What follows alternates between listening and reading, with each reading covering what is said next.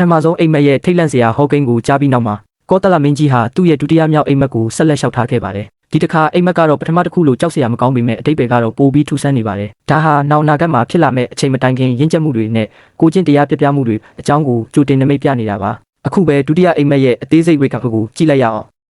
အိမ်မက်ထဲမှာကောသလမင်းကြီးဟာကျယ်ပြောလာတဲ့မြေပြင်ကြီးတစ်ခုကိုမြင်တွေ့ရပါတယ်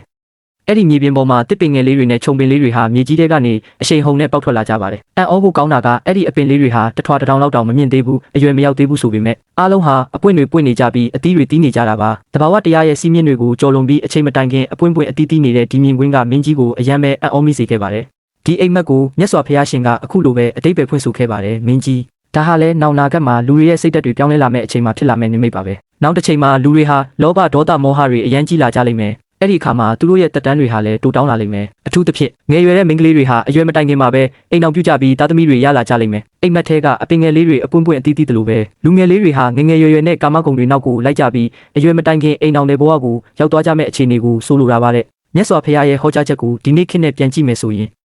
အင်တာနက်နဲ့နည်းပညာတွေထွန်းကားလာတဲ့အခါမှာလူငယ်တွေဟာအရာရာကိုအရွယ်မတိုင်ခင်သိရှိလာကြပြီးအချိန်မတိုင်ခင်ရင့်ကျက်ချင်အောင်ဆောင်တာတွေအိမ်အောင်ပြုတာတွေဟာပိုပြီးများပြားလာတာကိုတွေ့ရမှာပါဒါဟာတဘာဝတရားရဲ့စီးမြင်တွေပြပြလာတာကိုပြသနေတာပဲဖြစ်ပါတယ်။ကောသလမင်းကြီးရဲ့ဒုတိယအိမ်မက်ကတော့ဒီမှာတင်ပြီးဆုံးသွားပါပြီ။အချိန်မတိုင်ခင်ပွင့်သီးတဲ့တစ်ပင်ငယ်လေးတွေရဲ့သင်ခန်းစာကကျွန်တော်တို့ကိုဘာတွေထပ်ပြီးသတိပေးနေတယ်လဲဆိုတာစဉ်းစားစရာပါပဲ။ကြန့်ရှိနေသေးတဲ့အိမ်မက်ဆက်၄ချက်ကိုလည်းအခုလိုပဲအသေးစိတ်သိချင်နေဆိုရင်တော့ like and subscribe လုပ်ပေးခဲ့ကြပါဦး။နောက်လက်ရုံမှာပြန်တွေ့ကြမယ်နော်။